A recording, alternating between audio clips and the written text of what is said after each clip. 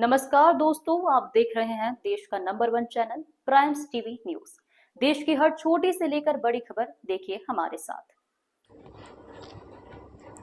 सिलवानी विकासखंड सिलवानी के ग्राम जैथारी से पुलिस की लापरवाही और कथित भ्रष्टाचार का चौंकाने वाला मामला सामने आया है। यहाँ 1 वर्ष पूर्व एक ग्राम से लापता हुई नाबालिग लड़की को आखिरकार हाल ही में इंदौर से चौकी जैथारी चौकी प्रभारी अरविंद पांडे ने बरामद किया। परिजनों ने आरोप लगाया कि चौकी प्रभारी ने आरोपी से 3 लाख रुपए लेकर पूरे मामले को दबा दिया। पीड़िता के पिता ने मुख्यमंत्री, पुलिस महानिदेशक, कलेक्टर और एसपी रायसेन के नाम कलेक्टर और एसपी को आवेदन देकर कार्रवाई की मांग की है।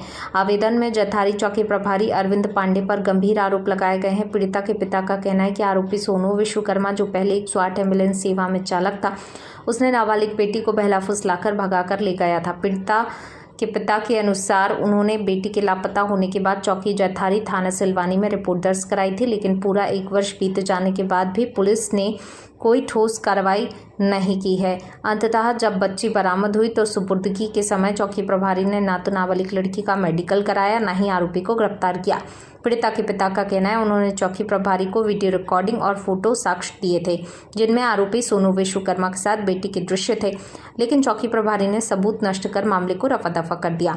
उन्होंने आरोप लगाया जब उन्होंने अपनी पुत्री के शरीर पर चोट के निशान देखे और मेडिकल की मांग की तो चौकी प्रभारी ने मना कर दिया और बालिका को बाल संरक्षण विभाग के सुपुर्द कर दिया।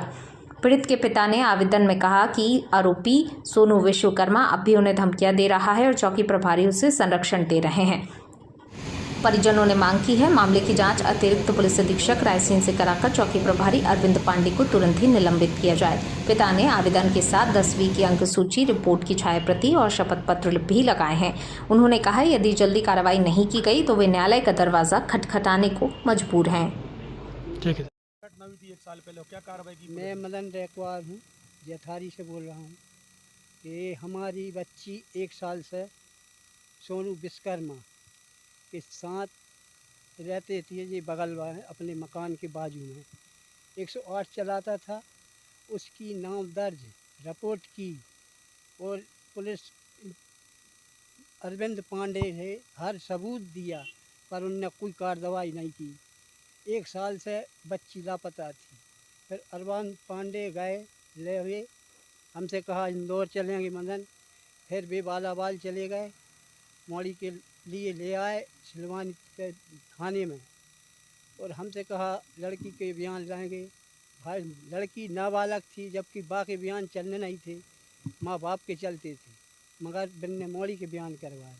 तो अरविंद पांडे ने 3 लाख रुपए लाए और उनने कोई कार्रवाई नहीं की आरोपी के साथ कि नाम दर्ज रिपोर्ट कर रहे थे, पर इनने कोई सबूत नहीं लिखा। लड़की का मेडिकल नहीं करावे के लाने हमने बच्ची को स्वीकार नहीं किया, क्योंकि मेडिकल नहीं किया इसलिए से। कहाँ की रहने वाली, क्या घटना हुई आपकी बच्ची के साथ? रामकली रेकवार नाम है हमारा। हमारी बच्ची 1 साल से गुम थी, तो हम पुलिस में भी गए, मंत्री के पास भी गए, मगर हमारी कोई सुनी नहीं है। अरविंद पांडे ने हमारी बच्ची को इंदौर से उठा के लाए थे और बगैर 3 लाख रुपए लिए सोनू विश्वकर्मा से, और सोनू विश्वकर्मा को भगा दिए और हमारी बच्ची को हमारे सामने पेश कर रहे थे बगैर मेडिकल के। बच्ची नाबालिग थी, हमने उसकी रिपोर्ट दर्ज कराई, सब कुछ कराया। अरविंद पांडे को भी वो दिए हमने सबूत, उसकी मांग भरी थी और उसने टॉर्चर किया हमारी बच्ची को, और हमारी बच्ची के शरीर पर घाव थे और वो बहुत डरी हुई थी, इसलिए हमने बच्ची को नहीं स्वीकारा। बच्ची को जो बगैर मेडिकल को हमको दे रहे थे, और अरविंद पांडे ने 3 लाख रुपए लिए सोनू विश्वकर्मा से। सर ये जैथारी का मामला है सर। कोई नाबालिग लड़की 1 साल पहले गुम हो गई थी, जिसकी शिकायत भी की थी। पुलिस पर 3 लाख रुपए लेन देने का शपथ पत्र का आरोप लगाया। वरिष्ठ अधिकारियों को भी शिकायत की गई और नाबालिग लड़की को उनके परिजनों ने सबूत नहीं लिया है, क्योंकि उसका मेडिकल नहीं कराया था चौकी प्रभारी द्वारा। आज भी वो शिकायत हुई है सर परिजनों ने। सर क्या कहना चाहेंगे, कब तक कार्रवाई होगी इस मामले में? नाबालिग लड़की जो गुमने की शिकायत हुई थी, उस पर एक FIR दर्ज की गई। फिर पुलिस टीम ने पूरा प्रयास करके लड़की को दस्तयाब किया, उनको माननीय न्यायालय में कथन कराए गए। लड़की अपने माँ बाप के साथ नहीं जाना चाहती थी, जो बयान दिया उस आधार पे कार्रवाई हुई है। पुलिस ने अस्पताल में भेजा, अस्पताल में डॉक्टर को उसने कहा कि मैं अपना मेडिकल नहीं कराना चाहती हूँ। इसके बाद CWC जो होती है उसके पास काउंसलिंग के लिए भेजा है। उसमें CWC की जो काउंसलिंग रिपोर्ट होगी उसके आधार पर आगे कार्रवाई होगी। सर इसमें एक चीज और जो शिकायत करी हुई है कि जो आरोपी है वो उस लड़की को भगा के लेगा, उसका फुटेज वीडियो भी दिया है सर पुलिस को, जो आरोपी के फुटेज वीडियो, उस पर कोई कार्रवाई सर नहीं की गई, उस संबंध में क्या कहना मैं चाहिए? यही कह रहा हूँ कि CWC जो काउंसलिंग के बाद जो बयान देगी बच्ची, उसके आधार पर कार्रवाई होगी और माता पिता जैसे बयान देंगे उसके आधार पर कार्रवाई होगी। समग्र रूप से विवेचना चल रही है। तो इसी के साथ लेते हैं आपसे विदा, मिलते हैं देश की बड़ी खबर के साथ। प्राइम्स टीवी न्यूज चैनल की खबरों को लाइक, कमेंट एवं शेयर करना ना भूलें और हमसे जुड़े रहने के लिए हमें अभी सब्सक्राइब करें। धन्यवाद।